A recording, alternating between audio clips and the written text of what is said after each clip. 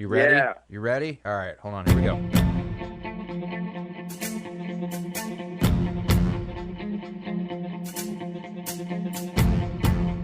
Here from the Eagle Newsroom, this is the My Aggie Nation Podcast. I'm Travis Brown with the Eagle. Over there, Alex Miller, also with the Eagle. Up here is the most important guy. That's former Texas A&M catcher Mikey Hoehner, coming to you live from the thriving metropolis of Corsicana. Mikey, how's it going, man?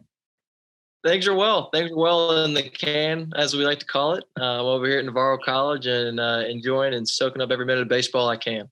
Getting some fruit cakes from Corner Street Bakery and the like. Yeah. I've been loading up on College Street Bakery fruitcakes. That's for sure. That's awesome. So, Mikey, tell them a little bit about what you're doing now, and where your career path has taken you. All right. So I'm currently, like you guys said, in Corsicana, Texas, coaching at Navarro College, known for its cheer program now. I am a grad assistant here. I'm finishing my graduate degree in sport management through A&M online. And as I do that, I'm coaching as well. So this is my first little year of coaching. And let me tell you, it's completely different. You go from competing to, now I got to get someone else to compete. So it's been a little bit of an adjustment, but I've enjoyed it a lot. Well, from one former catcher to another, that's basically all catching is. It's just to get the non-athletes to compete, right? Right. Yeah. I mean, I wish it were that simple. I really do.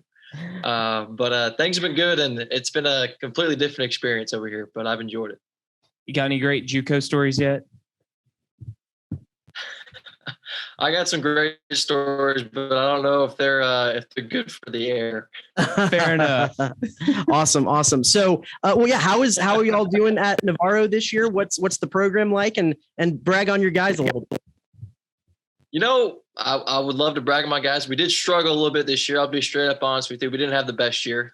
We do have a new coaching staff. I came in with a new head coach, Wo Dill.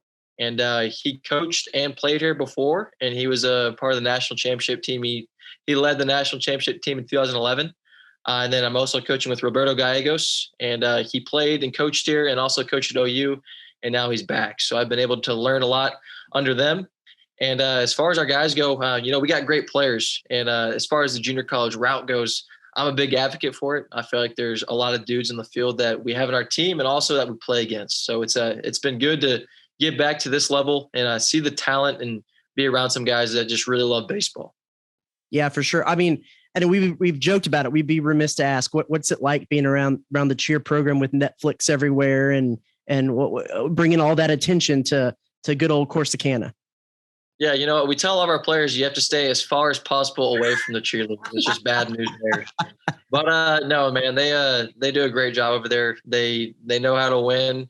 And those girls know how to promote their brand for sure. But as far as the baseball things, we try to keep them focused. There you go. They do a pretty good job of keeping everything in check. But there you go. It's pretty cool experience being over here and being a part of this. Awesome. So let's get into some Aggie baseball. I know you said you've been able to keep up with the Aggies and what they've been doing this year.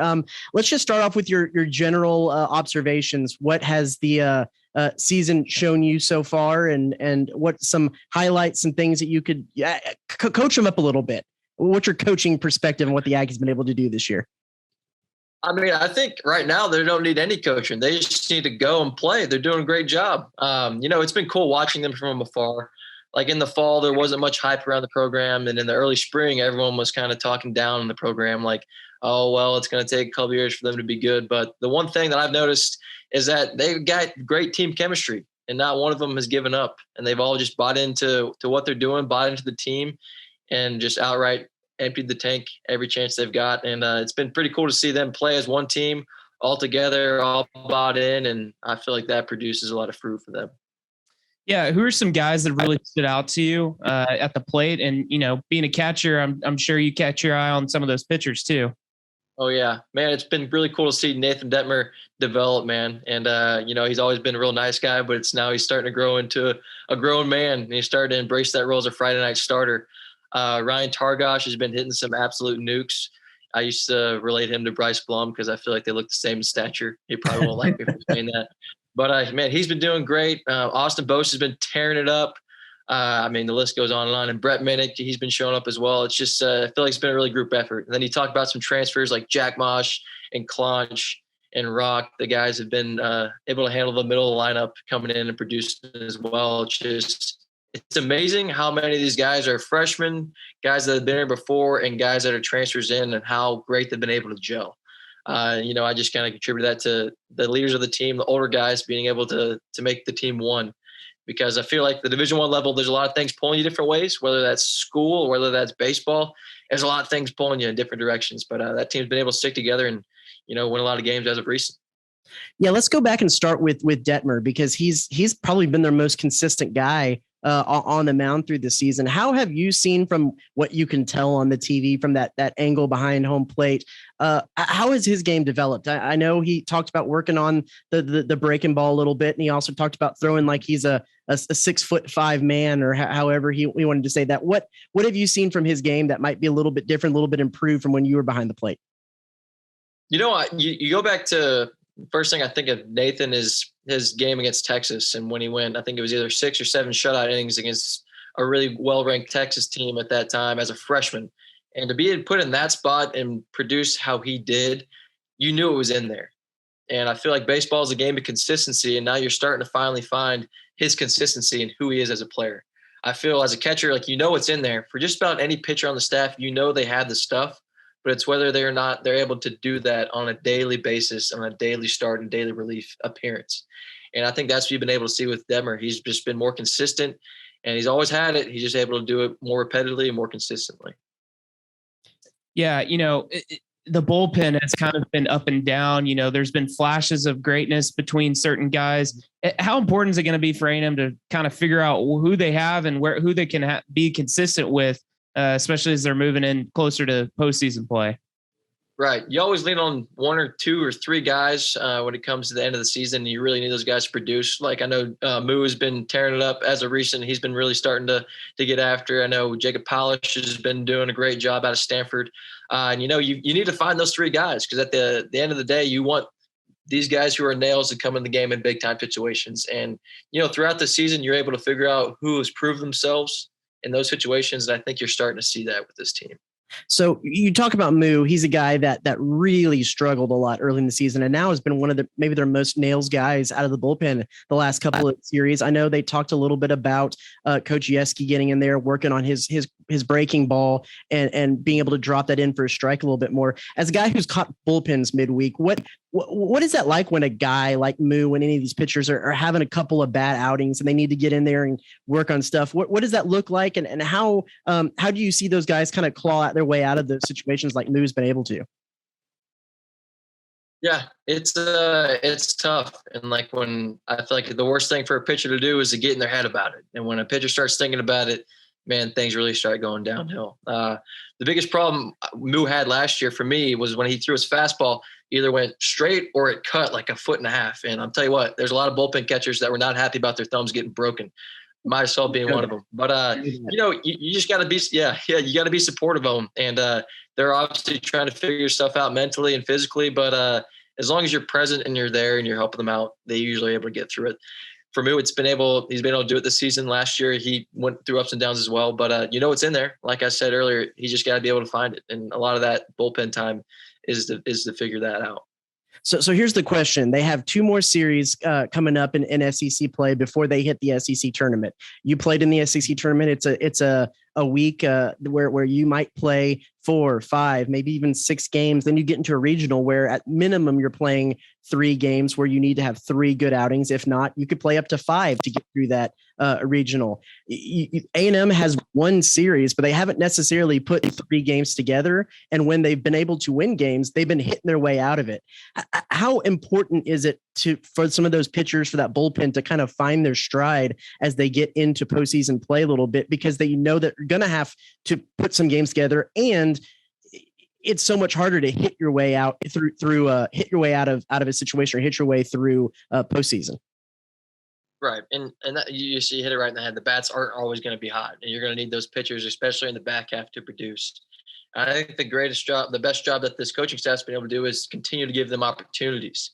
Like, for guys like Moo who struggled, continually throwing him out in big situations to see if he can do it. And with that trust, Moo was able to develop confidence. And I feel like you get that with the guys in the bullpen. You throw them out there in situations where, hey, they might not get it done. It's okay. But if they do get it done, that inside their mental, they're thinking, I got this. Like, I start to develop as a player and I'm able to do this in big time moments.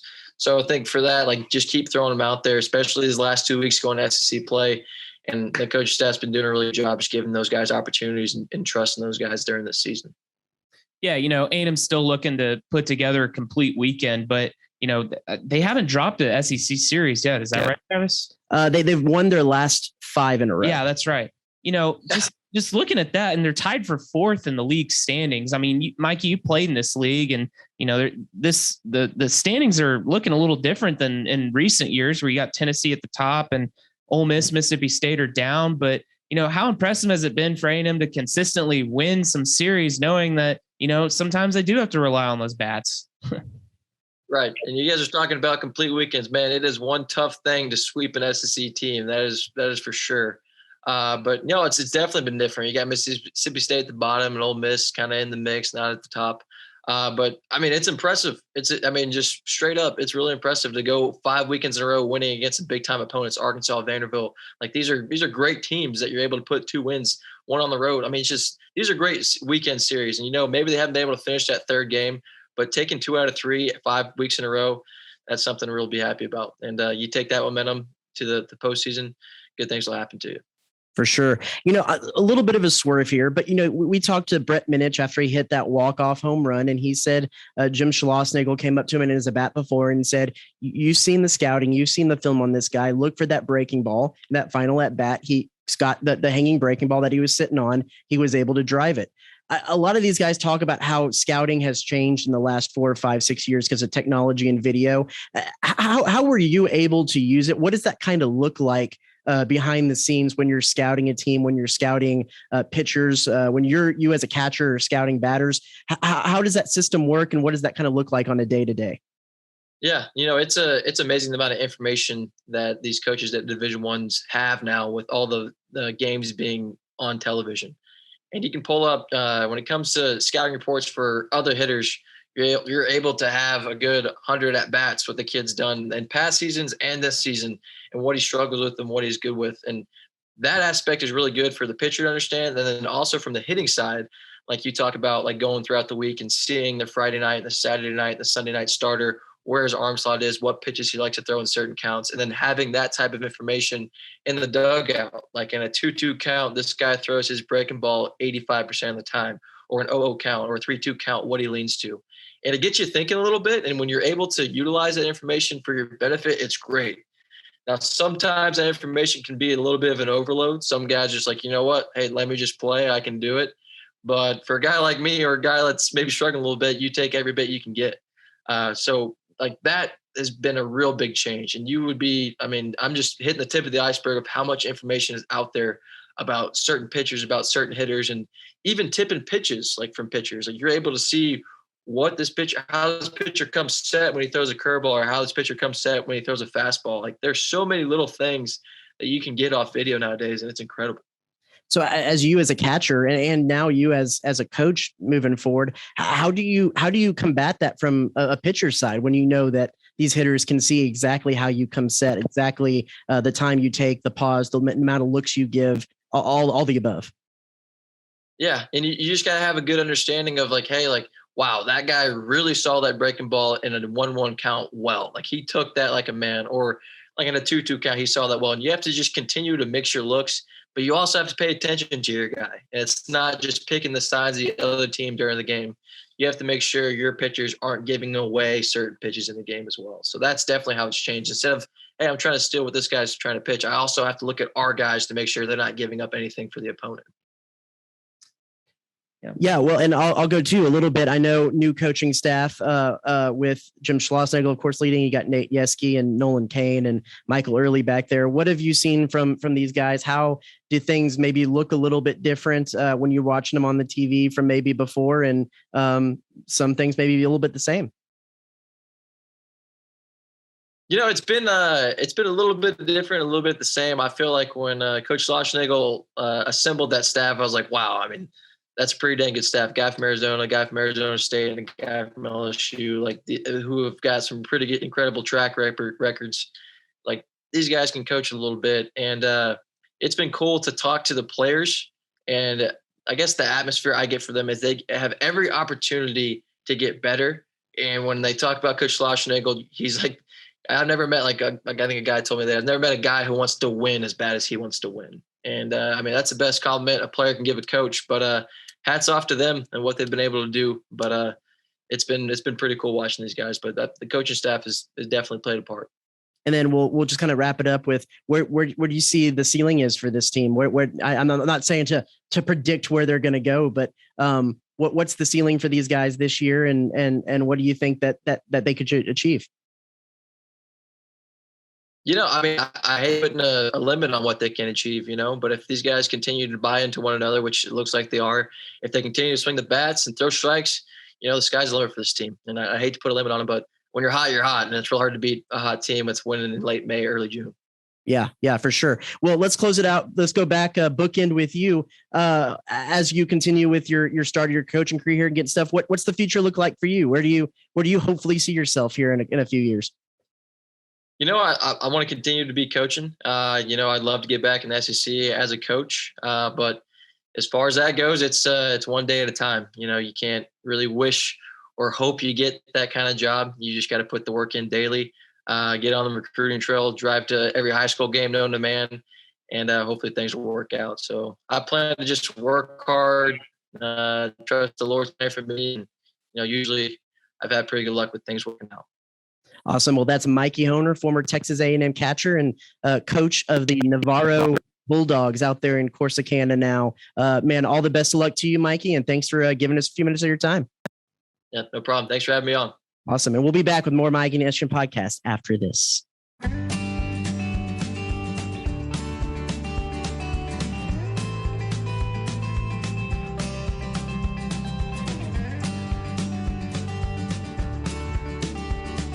Welcome back to the Aggie Nation Podcast, everyone. It's Alex Miller, joined by Travis Brown. Thanks again to Mikey Hoehner for joining us in the first half of this episode. Always good to talk to Mikey. Always good to talk to Mikey. Always fun. He's so great.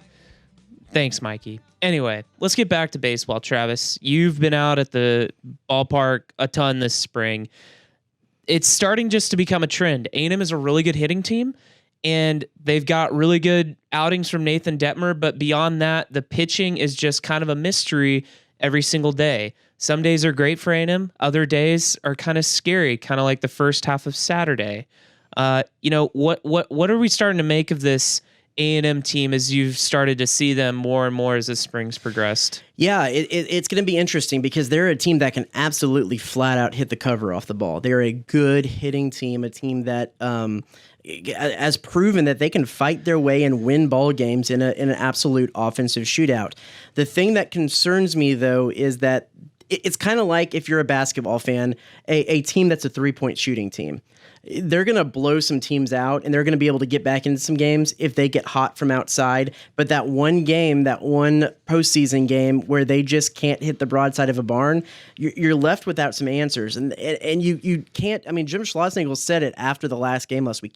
It is rare to hit your way into the College World Series. You pitch your way into the College World Series. And it's been a little bit of an interesting roller coaster with this team because at the beginning of the season, it was all Micah Dallas. It was the Micah Dallas show. You knew when he went on the mound, he was going to eat innings and he was going to pretty much come out to where you had a chance to win the ball game. He's had a not so great last 4 starts for the Aggies. It's actually been Nathan Detmer who's been the really solid guy, the sophomore, who has been the guy that you can really lean on, that you're going to get a win in that Friday night game. The bullpen cost them a lot of games early. Joseph Menifee, who we talked to Mikey Hoehner about, I think he would say he was pretty abysmal. Got into the bullpen, worked on throwing that slider for a strike, and he's been able to really come back. And he's striking guys out. He is probably their biggest strikeout threat on the team. If you look here, he has 54 strikeouts, which is the most of any reliever. He's only bested by Nathan Detmer, who has, I would venture to guess, exact twice as many twice as many innings pitched as Joseph Menifee has. Really turned it on. So the bullpen at times has been a little bit better for the Aggies as they've gone on a little bit later. They still have some inconsistency when you get deep into the bullpen, but you're going to have some guys, at least in that first game, that second game, that can get you some wins, some good pitches.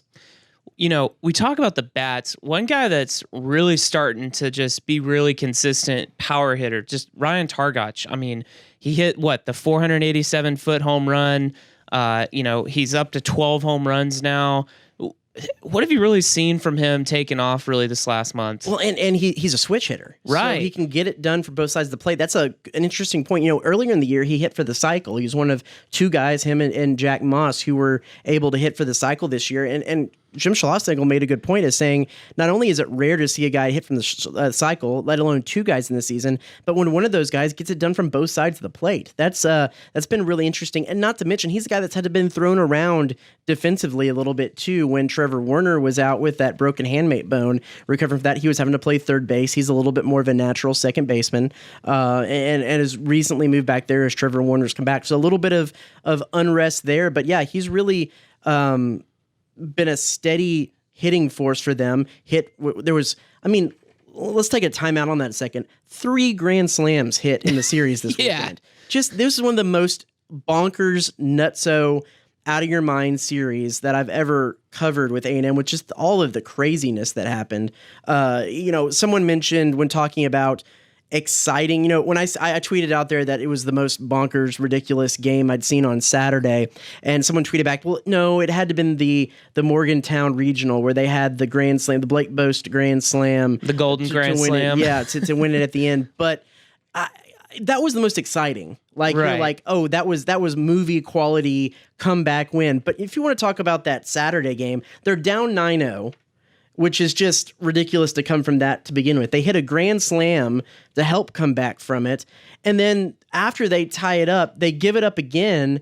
And the hit that they give it up again on is a swinging bunt off the end of the bat that rolls about 3 or 4 feet foul and then somehow spins its way back in to where Jacob Palish has to make a really crazy tight play and ends up throwing it away. The only time I've ever seen a ball go that far foul and then come back into play is like in Little League games in Dallas where you have the all dirt infields, and because of weather and stuff, all the sand has gotten pushed up against the dugouts. So you'll hit it towards the dugout and then it'll roll back into play. Like, that's the only time I've seen something like that. Just bonkers, crazy. And then the walk-off home run. And not to mention, in the 9th, A&M had pulled Austin Boast, one of their better hitters, to switch in Logan Britt as a defensive substitution. Britt, who has been very inconsistent at the plate, has to bat, draws a walk after going down in the count. And then, of course, Minnick hits the home run. And to spark the rally before that, they throw in Rody Barker, who had one at-bat prior to that all season, and he hits a double to start off the inning and then draws a walk later and as they bat around in that inning. I mean, just that was crazy. That was absolutely nutso. Maybe not the most exciting, maybe not the most memorable in some senses, or the one that's, going to be on the highlight reels, but just like stupid in all the best ways. Crazy. But yeah. I don't even remember what the question was anymore. Yeah, here's a guy I want to talk about now as we kind of lost our train of thought, but we can pivot on this. What has the return of Trevor Warner kind of done to this lineup? He was a guy that was going to be one of the better players coming into the season, and he missed a substantial amount of time due to a couple injuries. Yeah, it's been interesting because they actually even bumped him to the top of the lineup to get a few more right-handed bats up there, dropped Cole Kaler down to the 9 hole. Something that both Rob Childress and Jim Schlossnagle both seem to like to do. Last year, Cly Harrison, who was playing shortstop, who's also been injured most of the season this year, he was solidly in that 9 hole, not because he's the worst hitter on the team, but because he's the best guy to turn the lineup over. He has the ability to get on base, a better on-base percentage. He can hit the ball well. He can move around the base pass well. So that's a little bit of that factor in that 9-hole hitter. Seemed like they're kind of trying to do the same thing with Cole Kaler. He hasn't necessarily hit the ball well lately. He did have a home run and all of A&M's RBIs in the Sunday game down in that 9-hole One that spot. is first of the season, too? Second. One at Vanderbilt. but he's allowing them a little bit more versatility in the batting lineup. When you talk about batting fielding, he's their most natural third baseman on the team, and is the most comfortable in that position. And so it allows them to move. I mean, when Ryan Targach was over playing third base, they had Blake Boast at second, and that was his first time in his career he played second. He actually was learning the game on the fly, and while he did a great job, and you probably wouldn't have necessarily noticed all that much that he had never really played that position before. Playing middle infield, especially in college, is a little bit like playing not quite as much like quarterback, but maybe a linebacker or a defensive position on football that has to make the calls because they're having to get signals from the dugout, relay to the infielders sometimes on bunt coverages, know who's covering the base on steals. There's a lot of plays and a lot of information that's being transmitted to middle infielders at second base, and especially with A&M's dugout being on the third base side, a lot of those calls sometimes will go into the second baseman. And so having to learn that, they had to kind of, I don't want to say dumb down some of their strategy, but they were having to implement things slowly as he got more accustomed. So then having Targach back at second base, who has had a lot of experience with that, knows the plays, knows the calls, knows the systems. They've been able to expand that a little bit more. So Werner, he hasn't been on that same tear that he was on early to start the season, but he provides a little bit more flexibility through the lineup. Just kind of looking at the conference standings right now. A&M's tied for fourth with LSU. Got the head-to-head over the Tigers with that series win.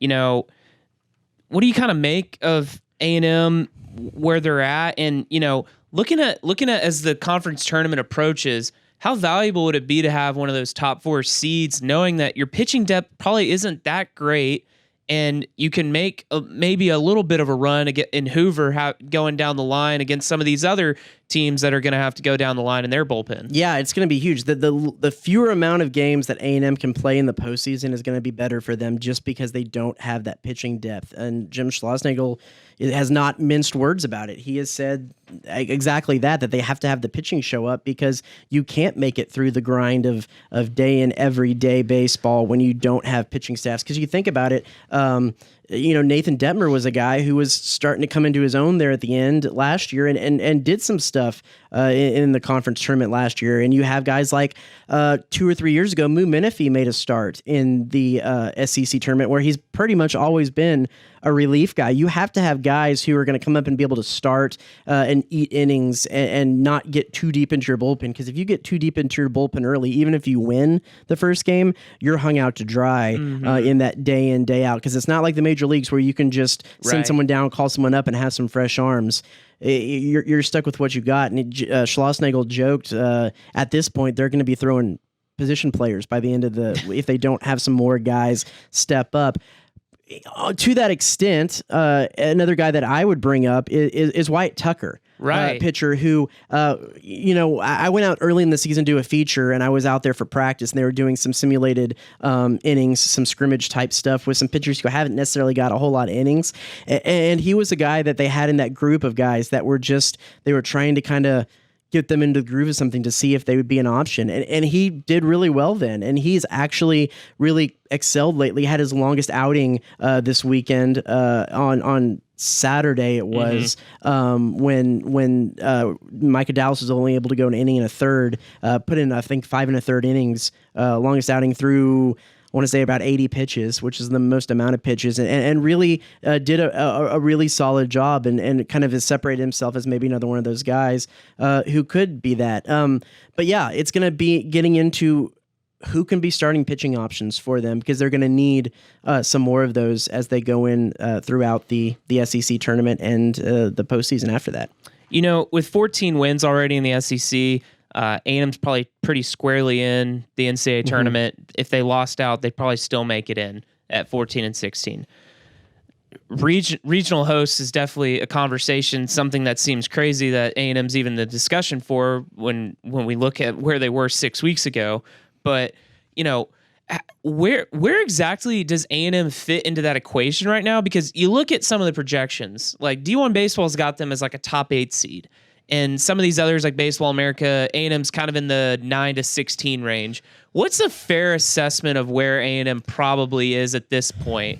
It's so hard to say. I mean, the reason why there's a discrepancy there in some of those polls is you have D1 baseball, who they do a great job. We have Kendall Rogers on here all the time. Right. The fact that they've only been a company for about a decade and the NCAA already recognizes their poll as a poll is unbelievable. But they have 4 guys who are coming together and making a poll, as opposed to a lot of these, like the Baseball Writers Association, which is kind of our in-house style rankings that we go with here at the Eagle. I mean, they have a group of a committee that comes together to make those. And so you have a little bit differencing of opinions and a little bit of votes. It tends to kind of spread things out to whether maybe you have 4 guys who are coming in trying to put it together. Not saying anyone is better or right or different. It's just that's kind of why you get a little bit of a difference in some of those polls. That being said, I do think right now with the way that they're hitting the ball that they are a top 16 team. And when you're a top 16 team, you're a national seed and you host a regional. I think that's where they are. They come in at 23. They're actually up to, I believe it was 13 on Saturday, and that South Carolina loss dropped them 11 spots, I believe it was, to They really 23. took a hit with that loss. But there's a committee that puts this together, just like the college basketball tournament. Right. And they're going to see that some of the schools that are ahead of them, if they stay around this 23 range and they win the last 2 series, which if they win the last 2 series, they're probably going to move back up. But if the committee were to look at it now, you look at teams like Vanderbilt, well, they beat them. Texas, the A&M beat them. LSU, A&M beat them. A lot of these, Georgia, A&M beat them. Arkansas, A&M beat them. That there's a lot of these schools that are ranked higher than them in the RPI that A&M handled pretty well throughout the season. And I would find it hard to believe that those teams would get a national seed and a hosting bid over A&M as it stands right now. Now, Mississippi State is about the worst team in the conference right now. They're really floundering, which is surprising after a national championship run last year. And then Ole Miss started out as maybe what some people thought might be the best team in the SEC, and they haven't been so hot. What's their record right now? They're back to 10-14, 27-19 overall. They've rebounded well over the last few weeks. But 2 lower RPI teams, so it's not necessarily going to give A&M a huge boost. This is kind of one of those situations where they can't afford to lose them, because losing would probably hurt them more than winning is going to help them going into those final series. But it's 2 very winnable series. From what I asked Mikey, I want to see them go out and sweep one of these series, because that shows that they have the pitching depth to get through all 3 games. Because like Schlossnagle said, like we said with Mikey, and like I've said here, you're not going to hit your way into the College World Series. You're not going to hit your way through the SEC tournament, and you're not going to you might hit your way out of a regional, but you're not going to hit your way through a super regional. So they need to have that pitching step up, and what better time than now to do it when you have 2 of the not so hot teams in the SEC rolling through here in the next 2 weekends. Also helps that there's no, we're recording this on a Tuesday. There's no midweek game this week. Right. So they're able to save some of that pitching heading into the weekend and have a completely full bullpen and starting pitching staff going into this weekend series. School's about to be done. School's done this week too. Yeah. So. Exactly. Other interesting note, when you want to look at some of these analytics and stuff, when you talk about getting into the regional, that hosting picture, 13-8 in quad 1 wins. I believe that ties them for 3rd of most quad 1 wins in the country. And I'm trying to think. I think the most is 15. Georgia Tech's got 15. Yes, that's who it was. Georgia Tech has 15, and then I don't have it printed out, but yeah, A&M is tied for 3rd. They were coming out of that series in the most quad 1 wins, which is another usually big factor in a lot of times with these when you're on that bubble of hosting, not hosting. Well, unfortunately for A&M, they took that series loss to Penn at the beginning of the season, and Penn is actually doing really well. For a series that you lost, it's turned out to be not a bad loss in that sense. Yeah, they're going to be an NCAA tournament team for sure, and maybe even on the 2 line. I know some of the projections had them up on the 2 line in whatever region they might go for. So, they'll be interesting to see. But A&M has certainly that helped them out, and they've helped themselves out by getting a lot of ranked, important, good wins. So, as it sits right now, I don't actually really, if from my perspective, I don't put them much on the bubble to host. I think they're pretty well in around the 11 to 13 seed range when it comes into the tournament, which isn't super on the bubble. If they lose one of these series, that pushes them a little bit more on the bubble. Right as it says right now, they should be hosting. Again, I think when you look at the polls and the discrepancies, if you've watched this team, you know it's a team that can hit their way into any game possible, but you just don't know what pitching is going to show up, and that's a big gamble when it comes to college baseball. So I don't blame people for having A&M in the top 10, because when they're on, they're for sure a top 10 team. But I also don't blame some of the polls that have them a little bit lower, because their pitching staff hasn't shown any consistency, and you got the law of averages typically says at some point the bats are going to cool off. Right. They might not. They might just be that good of a hitting team, but it's hard to go in and say that they're going to just keep the bats that hot all the way through the postseason and ride the bats to Omaha. So, yeah, it's going to be an interesting little stretch run of the season here to see how things can gel and come together in the last 2 weeks before they hit postseason play, because it's a team that's built to do some stuff in the regular season. I'm not convinced yet it's a team that's built to make it through a postseason run. Well, guess we'll have to find out and see what they end up doing. But I think that's all the time we got today, Travis. I think so too. That was a great discussion. Thanks, everyone, for tuning in, and thanks again to Mikey for giving us some of his insights up in the can, as he said. So, yeah, the can, Corsicana. Yeah. You get some Collins Street Bakery, Collins Street Bakery, some fruitcakes. Go watch a Netflix documentary. Drive a little bit up of I-45. You can go see a outdoor drive-in movie in Ennis. So great. They got a little Buc-ee's strip. They there. got a I mean, that's really what I'm here for, is just the Buc-ee's. But good little stretch I-45 right there. All right. Well, be sure to check theeagle.com for all of our coverage on Texas A&M baseball. And thanks again for tuning into this episode. We'll see you next week on the Aggie Nation Podcast. It seems like every day, everything just has a way to burst at the seams. But if we don't watch what we're doing, our hearts will get ruined by silly things. Good love ain't easy, girl, we know that's true. And if we wanna keep it, we gotta watch everything that we do, yeah. Don't wanna make sure, my baby, make sure you're sticking with me. Don't wanna make sure that we're